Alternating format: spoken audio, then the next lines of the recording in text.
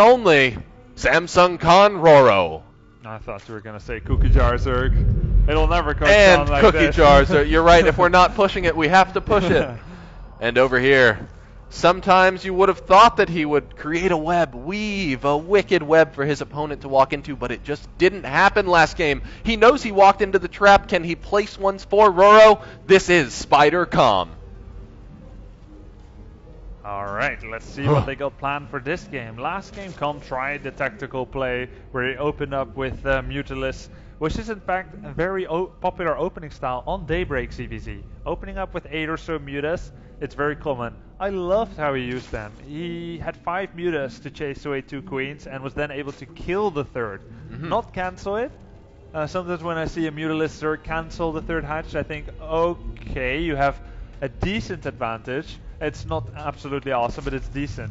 Killing that hatch though, that was pretty big, and I feel like in the opening gambit he wasn't doing badly. No, he wasn't at all. He was. I mean, I don't think that there would be any denying that he was ahead. Yeah. Right after he got down that third. I mean, just him killing that third was so surprising. On the infestors, but everything else was going in his favor. Yeah, and I mean, oh well, right? RorO knew that he was behind. He did something that was going to get Comm out ahead.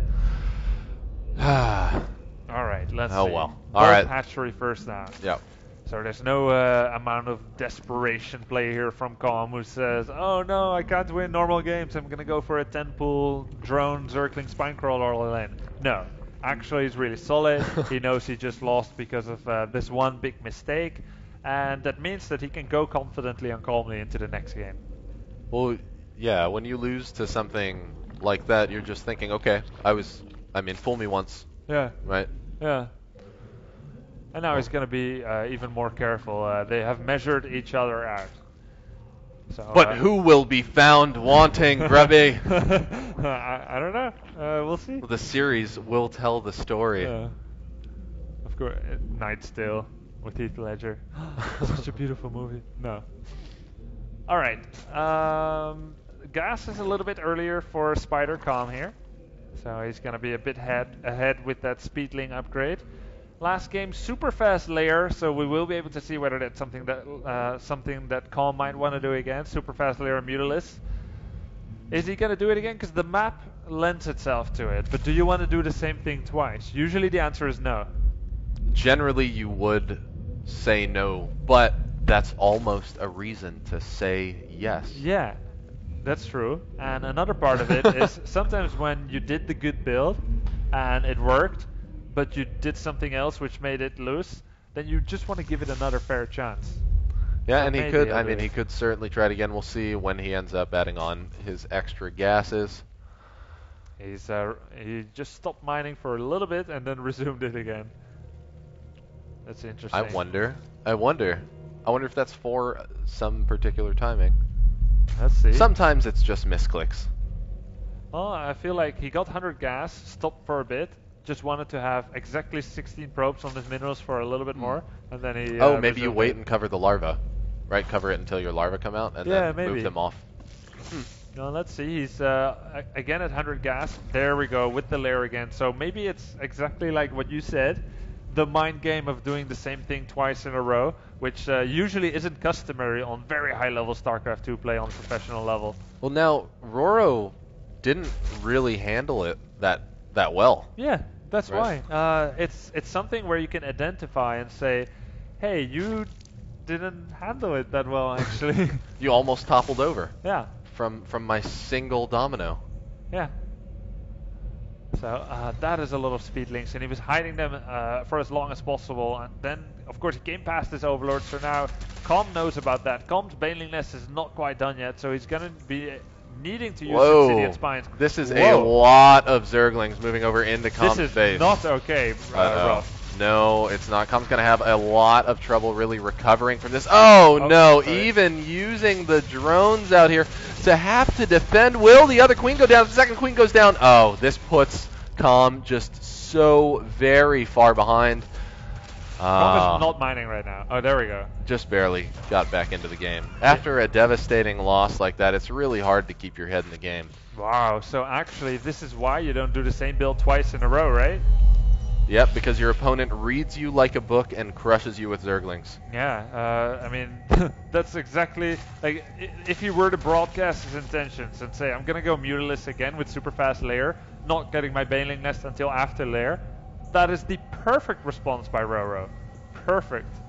Now, what's peculiar is that Comm is not as behind on supply as I would have expected. Oh, I guess because of all the spines. Yeah, the spines. That's what you get when you make 6 spine crawlers, and he's doing that because he knows he's ahead. He's 30 workers against 19. Fast forward a little bit, and he's going to be in a great position. So smart by RorO, because he knows that Comm has to go all in after losing that many drones. I mean, there were 19 drones killed. That was half of Comm's total drone production in this game, if you don't consider buildings built. Now, it is still going to be important that RorO does a good job defending this, because you only need a couple to get in there and defend. Oh, one of those queens is a little bit low. Is he going to bait it in and just follow up with a transfuse? Oh, no. Oh, that is unfortunate for Comm there. Whoa! Surprisingly, still connects with a huge amount of the drones, but has he closed the gap enough? He killed 8 drones.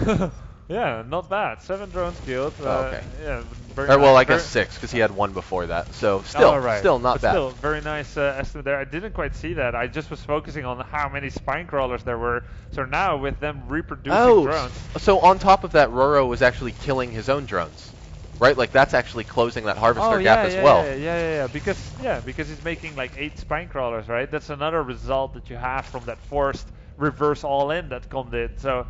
Now, still 10 workers ahead is RorO, and he's going to go for a Spire, so by no means is Comm completely closing the gap here, but that's definitely something that could have gone worse for him. Killing that many drones with the amount of spines there were, that's okay. So.